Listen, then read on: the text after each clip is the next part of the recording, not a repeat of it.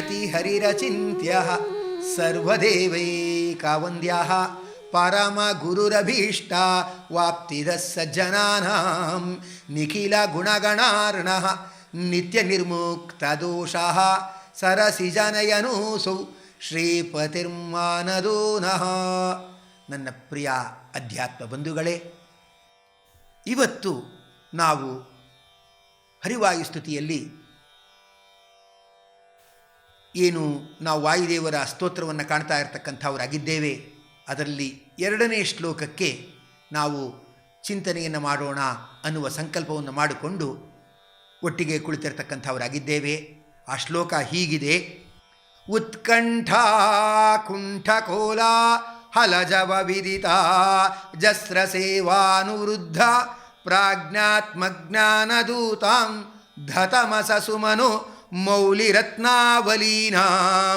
ಭಕ್ತ್ಯುದ್ರೇಕಾವಗಾಢ ಪ್ರಘಟನ ಸಘಟಾತ್ ಕಾರ ಸಂಗೃಶ್ಯಮಾಣ ಪ್ರಾಂತ ಪ್ರಾಗ್ರಾಂಗ್ರಿಪೀಠೋ ತಿತಕನಕರಜ ಪಿಂಜರಾರಂಜಿತಾಶಾ.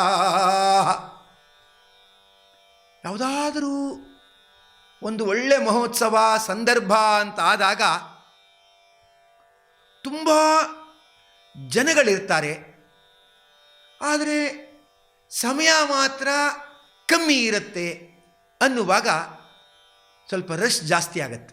ಉದಾಹರಣೆಗೆ 1000 ಜನ ಸೇವಾಕರ್ತರಿದ್ದಾರೆ, ಅರ್ಧ ಗಂಟೆಯಲ್ಲೇ ಪಂಚಾಮೃತ ಡಿಸ್ಟ್ರಿಬ್ಯೂಟ್ ಮಾಡಿಬಿಡ್ತಾರೆ ಅಂದರೆ ಖಂಡಿತ ಅಲ್ಲಿ ರಶ್ ಇರ್ತಕ್ಕಂಥದ್ದಾಗತ್ತೆ. 1000 ಜನ ಸೇವಾಕರ್ತರು, ಅರ್ಧ ಗಂಟೆ ಪಂಚಾಮೃತದ ವಿತರಣೆ ಅಂದ್ರೇ ಅಷ್ಟು ಕೋಲಾಹಲ, ರಶ್ಶು, ಜನಸಮ್ಮರ್ದ ಇರತಕ್ಕಂಥದ್ದಾಗತ್ತೆ ಅನ್ನೋದಾದರೆ 33 ಕೋಟಿ ದೇವತೆಗಳು ವಾಯುದೇವರ ದರ್ಶನಕ್ಕೋಸ್ಕರ ಅಂತ ಕಾಯ್ತಾ ಇದ್ದಾರೆ. ಕಾಯ್ತಾ ಇರೋರು ಒಳ್ಳೆ ಜ್ಞಾನಿಗಳಾಗಿರ್ತಕ್ಕಂಥ 33 ಕೋಟಿ ದೇವತೆಗಳು. ವಾಯುದೇವರು ಕೂಡ ಸತ್ಯಲೋಕದ ಸಿಂಹಾಸನದಲ್ಲಿ ಬಂದು ಆಸೀನರಾಗ್ತಕ್ಕಂಥವರಾಗೋದು ಕೇವಲ ಒಂದು ಅರ್ಧ ಗಂಟೆ ಅಂತ ಇಟ್ಕೊಳ್ಳೋಣ. ಅದು ಆಶೀರ್ವಾದ ಮಾಡುವ ನೆಪದಿಂದ ಆ ಸಿಂಹಾಸನದ ಮೇಲೆ ಬಂದು ಕೂತ್ಕೊಳ್ಳೋದು ಅರ್ಧ ಗಂಟೆ ಅಂತ ಇಟ್ಕೊಳ್ಳೋಣ. 33 ಕೋಟಿ ದೇವತೆಗಳು ವಾಯುದೇವರು ಕೂತಿರೋದು ನೋಡಿದ್ರೆ 33 ನಿಮಿಷನೂ ಇಲ್ಲ, 30 ನಿಮಿಷ ಕೂತಿರ್ತಾರೆ ಅಂದಾಗ ಆ ವಾಯುದೇವರನ್ನು ನೋಡಬೇಕು, ನಾವು ವಾಯುದೇವರ ಪಾದದ ಧೂಳಿಯನ್ನು ಪಡೆದುಕೊಳ್ಳಬೇಕು. ಸರಸ್ವತಿ ಮೊದಲಾದವರೇ ಅದನ್ನು ಪಡೆದುಕೊಂಡು ಜಗತ್ತಿನಲ್ಲಿ ಪೂಜ್ಯರಾಗಿದ್ದಾರೆ ಅಂದಮೇಲೆ ನಾವು ನಮ್ಮ ಯೋಗ್ಯತೆಗೆ ಅನುಗುಣವಾಗಿ ಅದನ್ನು ಸಂಪಾದಿಸಬೇಕು ಅನ್ನೋ ಆತುರ ಕಾತುರ ಅದು ಎಲ್ಲ ದೇವತೆಗಳಲ್ಲೂ ಕೂಡ ಇರತಕ್ಕಂಥದ್ದಾಗತ್ತೆ. ಅದಕ್ಕೋಸ್ಕರವಾಗಿ ನಾನು ಮೊದಲು ಅಂತ ಎಲ್ಲ ದೇವತೆಗಳು ಕೂಡ ಆ ಮುನ್ನುಗ್ಗುವ ಸಾಹಸ ಮಾಡ್ತಾ ಇರತಕ್ಕಂಥವ್ರಾಗ್ತಾರೆ. ಆಗ ಅದರಲ್ಲಿ ಒಂದು ತರಹ ಕೋಲಾಹಲ ಆಗ್ತಾ ಇರುತ್ತೆ. ನಾವು ಮೊದಲು ಹೀಗೆ ಬನ್ನಿ, ಇತ್ಲಾ ಕಡೆಯಿಂದ ಬನ್ನಿ, ಅತ್ಲಾ ಕಡೆಯಿಂದ ಬನ್ನಿ ಅನ್ನುವ ಕೋಲಾಹಲ ಎಲ್ಲ ಜರುಗ್ತಾ ಇರತಕ್ಕಂಥದ್ದಾಗತ್ತೆ. ಸ್ವಾರಸ್ಯ ಅಂದರೆ ಯಾವುದಾದ್ರೂ ಒಂದು ವಸ್ತುವನ್ನು ಮೊದಲು ನೋಡ್ತಾ ಇರುವಾಗ ಕುತೂಹಲ ಇರುತ್ತೆ, ಅದು ಹೇಗಿದೆ ನೋಡಬೇಕು ಅಂತ ಕುತೂಹಲ ಇರುತ್ತೆ. 2ನೇ ಸಾತಿ ನೋಡುವಾಗ ಕುತೂಹಲ ಇರಲ್ಲ. ಅದಕ್ಕೆ ಕೆಲವರು ಹೇಳ್ತಾರೆ, ನ್ಯೂಸ್ ಪೇಪರ್ ಬಂದಾಗ ನಾನು ಓದಬೇಕು ಅಂತ ಎಲ್ಲರೂ ಒಂದೊಂದು ಪೇಪರ್ ಭಾಗನ ಕಿತ್ಕೋತಾ ಇರ್ತಾರೆ. ಆದರೆ ಅದು ಓದಾದ ಮೇಲೆ ಅದರಲ್ಲೇನೂ ಮತ್ತೆ ಇರಲ್ಲ. ಅದಕ್ಕೆ ಹೇಳ್ತಾರೆ, today's news paper is tomorrow's waste paper. ಅದನ್ನು ಯಾರೂ ನೋಡೋರು ಇರಲ್ಲ, ನಾಳೆ ಅದರ ಬೆಲೆ ಇರಲ್ಲ, ಅದರ ಆಕರ್ಷಣೆ ಇರಲ್ಲ. ಆದರೆ ನಮ್ಮ ವಾಯುದೇವರು ಉಂಟಲ್ಲ, ಆ ವಾಯುದೇವರನ್ನ 33 ಕೋಟಿ ದೇವತೆಗಳು ನಿರಂತರ ನೋಡ್ತಾ ಇದ್ದಾರೆ. ಎಷ್ಟು ನೋಡ್ತಾ ಇದ್ದರೂ ಕೂಡ ಇನ್ನೂ ಹೊಸತನ, ಇನ್ನೂ ಹೊಸ ಮಹಿಮೆಗಳು, ಇನ್ನೂ ಹೊಸ ರೀತಿಯ ಭಕ್ತ ವಾತ್ಸಲ್ಯ ಅದನ್ನೆಲ್ಲ ನೋಡ್ತಾ ಮನನ ಮಾಡ್ತಾ ಇರುವಾಗ ವಾಯುದೇವರ ಮೇಲೆ ಮತ್ತಷ್ಟು ಪ್ರೀತಿ ಜಾಸ್ತಿ ಆಗ್ತಾ ಇರತಕ್ಕಂಥದ್ದಾಗತ್ತೆ. ಇನ್ನೂ ಗೌರವ ಅನ್ನೋದು ದುಪ್ಪಟ್ಟು ಆಗ್ತಾ ಇರತಕ್ಕಂಥದ್ದಾಗತ್ತೆ. ಅವರುಗಳೆಲ್ಲರೂ ಕೂಡ ವಾಯುದೇವರನ್ನ ಸೇವೆ ಮಾಡ್ತಾ ಇದ್ದಾರೆ. ವಾಯುದೇವರನ್ನ ಸೇವೆ ಮಾಡ್ತಾ ಇದ್ದದ್ರಿಂದ ಏನಾಯಿತು ಅಂದರೆ ಅವರ ಮನಸ್ಸಿನಲ್ಲಿ ಅಜ್ಞಾನ, ಸಂಶಯ, ಮುಜುಗರ, ಗಾಬರಿ, ಆತಂಕ ಮೊದಲಾದ ಯಾವ ದೋಷಗಳು ಇಲ್ಲದೇನೆ ಆ ಮನಸ್ಸು ಫಳಫಳ ಅಂತ ವಿಚಾರಗಳಿಂದ ಹೊಳೆಯುತ್ತಾ ಉತ್ಸಾಹದಿಂದ ಇನ್ನೂ ಹೊಸ ಕಾರ್ಯಗಳನ್ನು ಮಾಡುವ ರೀತಿಯಲ್ಲಿ ಅದು ಮುನ್ನುಗ್ಗುತ್ತಾ ಇರತಕ್ಕಂಥದ್ದಾಗಿದೆ. ಆಗ ಅದನ್ನೆಲ್ಲ ನೆನೆಸಿಕೊಂಡ ದೇವತೆಗಳು ನಮ್ಮ ಏನು ಲೋಕರಕ್ಷಣೆಯ ಕಾರ್ಯ ನಡೀತಾ ಇದೆ ಇದೆಲ್ಲ ನಡೀತಾ ಇರೋದು ವಾಯುದೇವರ ಅನುಗ್ರಹದಿಂದ. ಅಂದಮೇಲೆ ನಾವು ವಾಯುದೇವರ ಪಾದಕ್ಕೆ ನಮಸ್ಕಾರ ಮಾಡಲೇಬೇಕು ಅಂತೆಲ್ಲರೂ ಕೂಡ ದೇವತೆಗಳು ಒಟ್ಟಿಗೆ ವಾಯುದೇವರ ಪಾದಕ್ಕೆ ನಮಸ್ಕಾರ ಮಾಡಲಿಕ್ಕೆ ಹೋಗ್ತಾರೆ. ಒಟ್ಟಿಗೆ ನಮಸ್ಕಾರ ಮಾಡೋಕ್ಕೆ ಹೋಗುವಾಗ ತಲೆಯ ಮೇಲೆ ಕಿರೀಟ ಧರಿಸಿಕೊಂಡಿದ್ದಾರೆ. ಕಿರೀಟದ ಸಮೇತ ವಾಯುದೇವರ ಪಾದದ ಪೀಠಕ್ಕೆ ನಮಸ್ಕಾರ ಮಾಡ್ತಾರಂತೆ. ಯಾಕೆ ಅಂದರೆ ಕಿರೀಟ ಅನ್ನುವುದು ವೈಭವದ ಸಂಕೇತ. ಈ ವೈಭವ ಎಲ್ಲ ನಮಗೆ ದಕ್ಕಿರುವುದು ವಾಯುದೇವರ ಅನುಗ್ರಹದಿಂದಲೇ ದಕ್ಕಿರುವುದು. ಆದ್ದರಿಂದ ನಾವು ಅಧಿಕಾರದ ಸಮೇತ ಆ ವಾಯುದೇವರಿಗೆ ಗೌರವವನ್ನು ಸಲ್ಲಿಸೋಣ ಅಂತ ಕಿರೀಟದ ಸಮೇತ ವಾಯುದೇವರ ಪಾದಕ್ಕೆ ನಮಸ್ಕಾರ ಮಾಡಲಿಕ್ಕೆ ಅಂತ ಹೋಗ್ತಾರೆ. 10 ದೇವತೆಗಳು ಒಟ್ಟಿಗೆ ಆ 2 ಪಾದದ ಪೀಠಕ್ಕೆ ನಮಸ್ಕಾರ ಮಾಡಲಿಕ್ಕೆ ಅಂತ ಒಟ್ಟಿಗೆ ಬಾಗುವಾಗ ಆ ದೇವತೆಗಳ ಕಿರೀಟಗಳೆಲ್ಲ ಡಿಕ್ಕಿ ಹೊಡೀತಾ ಇರ್ತಕ್ಕಂಥದ್ದಾಗತ್ತೆ. ಆ ಕಿರೀಟಗಳೆಲ್ಲ ಪರಸ್ಪರ ಡಿಕ್ಕಿ ಹೊಡೆದಾಗ ಆ ಕಿರೀಟಗಳಲ್ಲಿ ಇರುವ ಅನೇಕ ಮುತ್ತು, ಹವಳ, ವಜ್ರ, ಪದ್ಮರಾಗ ಮೊದಲಾದ ಅನೇಕ ಮಣಿಗಳೆಲ್ಲ ಏನಿದೆ ಅವುಗಳೆಲ್ಲ ಕೆಳಗೆ ಉದುರಿ ಬೀಳ್ತಾ ಇರ್ತಕ್ಕಂಥದ್ದಾಗತ್ತೆ.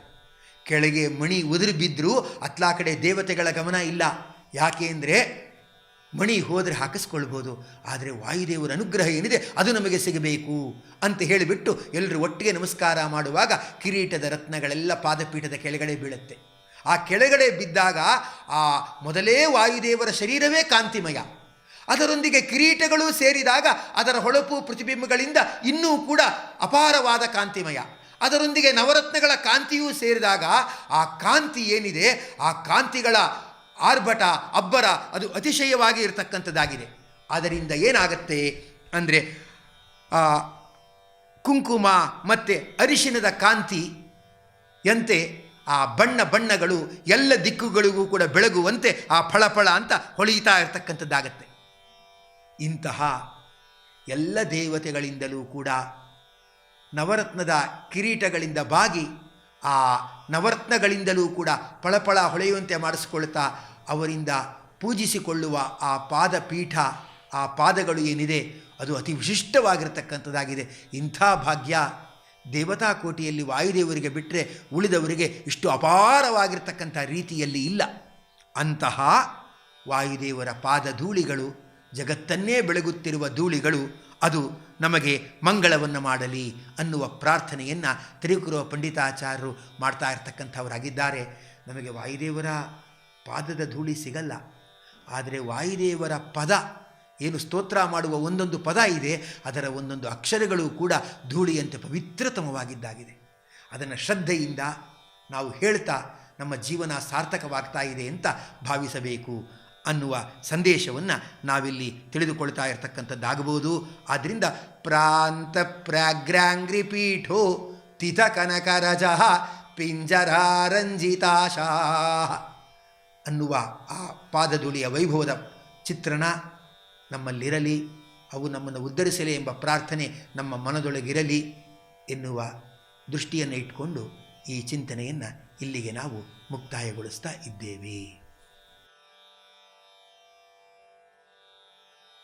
ಉತ್ಕಂಠಾ ಕುಂಠಕೋಲಾ ಹಲಜವ ವಿದಿತಾ ಜಸ್ರ ಸೇವಾನುವೃದ್ಧ ಪ್ರಾಜ್ಞಾತ್ಮಜ್ಞಾನದೂತಾಂ ಧತಮಸಸುಮನು ಮೌಳಿರತ್ನಾವಲೀನಾಂ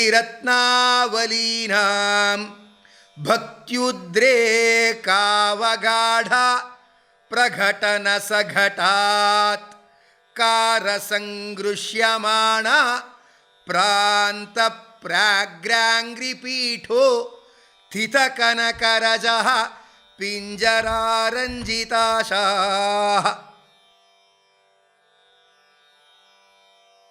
ಜನ್ಮಾಧಿವ್ಯಾಧ್ಯುಪಾಧಿ ಪ್ರತಿಹತಿ ವಿರಹ ಪ್ರಾಪಕಾಣಾಂ ಗುಣಾನಾಂ ಅಗ್ರಾಣಾಂ ಅರ್ಪಕಾಣಾಂ ಚಿರಮುದಿತ ಚಿದಾನಂದ ಸಂದೋಹದಾನಾಂ ಏತೇಷಾಂ ಏಷ ದೋಷ ಪ್ರಮುಷಿತ ಮನಸಾಂ ದ್ವೇಷಿಣಾಂ ದೂಷಕಾಣಾಂ ದೈತ್ಯಾನಾಂ ಆರ್ತಿಮಂಧೇ ತಮಸಿ ವಿಧದತಾಂ ಸಂಸ್ತವೇ ನಾಸ್ಮಿ ಶಕ್ತಃ.